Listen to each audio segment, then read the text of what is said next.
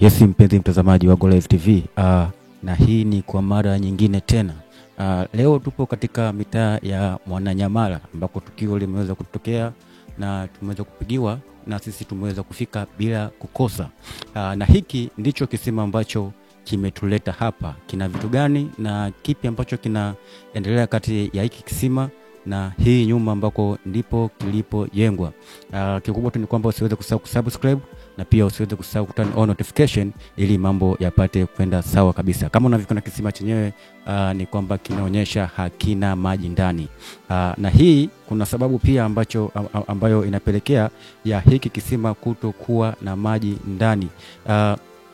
Kipi ambacho kinasababisha, na mpaka sasa katika hii nyumba ambayo inahusiana na hiki kisima, wapangaji wote wamekimbia, ama naweza nikasema wamehama kutokana na athari ambazo zinaweza kutokana na hiki kisima.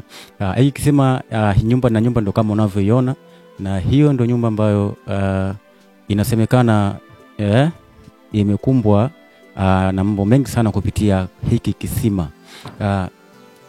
Kwenye hiki kisima bwana, inasemekana kwamba usiku huwa kuna kitu cha ajabu ambacho kinakuwa kinatoka nje na kwenda kukaa pale kwenye naona kama unaona kwa pembeni pale kwenye yale majani. Ni baada ya kuweza kudhibitisha, dada mmoja ambaye alikuwa akiweza kuishi katika hii nyumba sema hapa katika haya majani ndipo ambako hicho kiumbe huwa kinakaa. Hatujajua ni kiumbe gani, kama ama ni jini ama ni kiumbe cha kawaida ama ni kiumbe gani, lakini kwa mujibu ni kwamba hicho kiumbe huwa kinapenda kupumzika pale hasa nyakati za usiku. Katika maelezo yake ambayo alikuwa akitueleza, amesema kwamba hicho kiumbe muonekano jinsi kinavyoonekana ni kwamba macho yake, kina macho kama ya blue, lakini pia vile vile kina sura ya mwanadamu na pia umbo pia zima ni la mwanadamu, isipokuwa tu katika ngozi yake inaonyesha kama anakuwa na ule weupe wa kupitiliza, ama tunaweza kusema labda kina weupe ambao kama weupe wa karatasi, ama nikasema weupe wa pepa. Ni weupe kidogo ambao sidhani kama kuna mwanadamu ambaye anaweza akawa hivyo. Afu pia vile vile ameeleza kwamba kucha zake anakucha ndefu kidogo, lakini kwa mbele ni pana. Bado haijaweza kufahamika, lakini baada ya kutembelea hapa, mimi mwenyewe pia kiuhalisia nimebaki kidogo na uoga, lakini kidogo kameramani wangu kidogo ni jasiri, ana uwezo kusogelea mpaka hapo katika hicho kisima. Lakini ukweli ni kwamba hicho kisima kimesababisha wapangaji kuhama. Na pia hata mwenye nyumba pia ameweza kukimbia nyumba yake kupitia hiki kisima. Bado haijafahamika sawa chanzo na tatizo ambalo limeweza kupelekea katika kisima hiki kuwa katika hali hiyo, na majirani pia wameshindwa kuendelea kuchota maji katika hiki kisima pia, na wenyewe pia wameshindwa kuweza kuendelea kuchota maji katika hiki kisima kutokana na vitu ambavyo wanakuwa wanaviona ndani yake. Kila mmoja anaongea la kwake katika huu mtaa, na tutaweza kufuatilia baadhi ya wanamtaa ambao wanakaa karibu na hii nyumba, na pia tutaweza kufuatilia baadhi ya wapangaji pia ambao wamehama katika hii nyumba, ambapo sababu kubwa hasa ni hiki kisima. Mambo ni mengi sana ambayo yanaendelea katika hii dunia. Kuna vitu vingi sana vya ajabu ambavyo vinatokea kila siku. Kama umeweza kujaliwa kukaa sehemu nzuri ambako hakuna vitu vya ajabu, unajua bwana, katika nyumba za kupanga kuna na vitu vingi sana vya ajabu ambavyo vinakuwa vikishangaza jamii. Lakini kama umeweza kufanikiwa kukaa katika sehemu nzuri, basi ni jambo la kumshukuru Mwenyezi Mungu, na iendelee kuwa hivyo kwa upande wako, kwa sababu kuna baadhi ya wapangaji wamekuwa wakiteseka sana katika hizi nyumba za kupanga, na hii yote ni kwa sababu tu ya kuweza kukosa kipato cha kuweza kuwawezesha kuweza kutulia katika nyumba zao. Lakini nafikiria pia kuna wengine pia wapo katika malengo.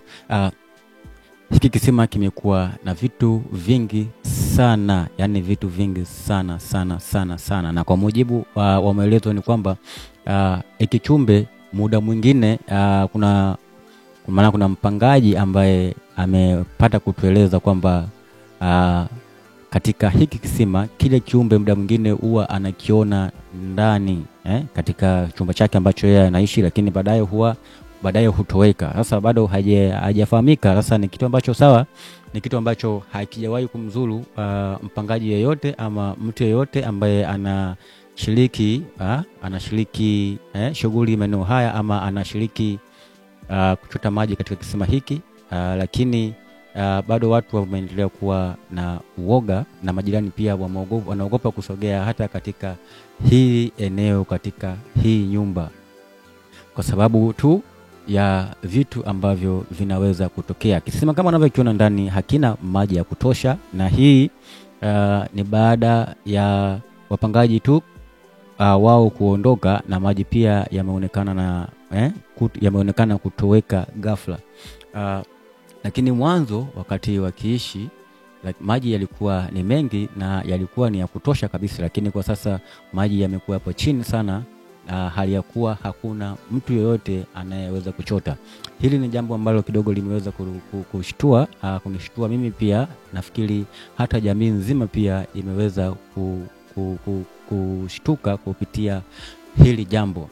Bwana, yani kikubwa tu ni kwamba usiweze kusahau kusubscribe na usiweze kusahau turn on notification ili mambo yaweze kuwa poa kabisa. Baada tu ya kuweza kusubscribe channel yetu, basi utaweza kuwa mwanafamilia mkubwa kabisa katika Go Live TV, na tutaweza kwenda sawa na hakuna habari ambayo utaweza kukupita.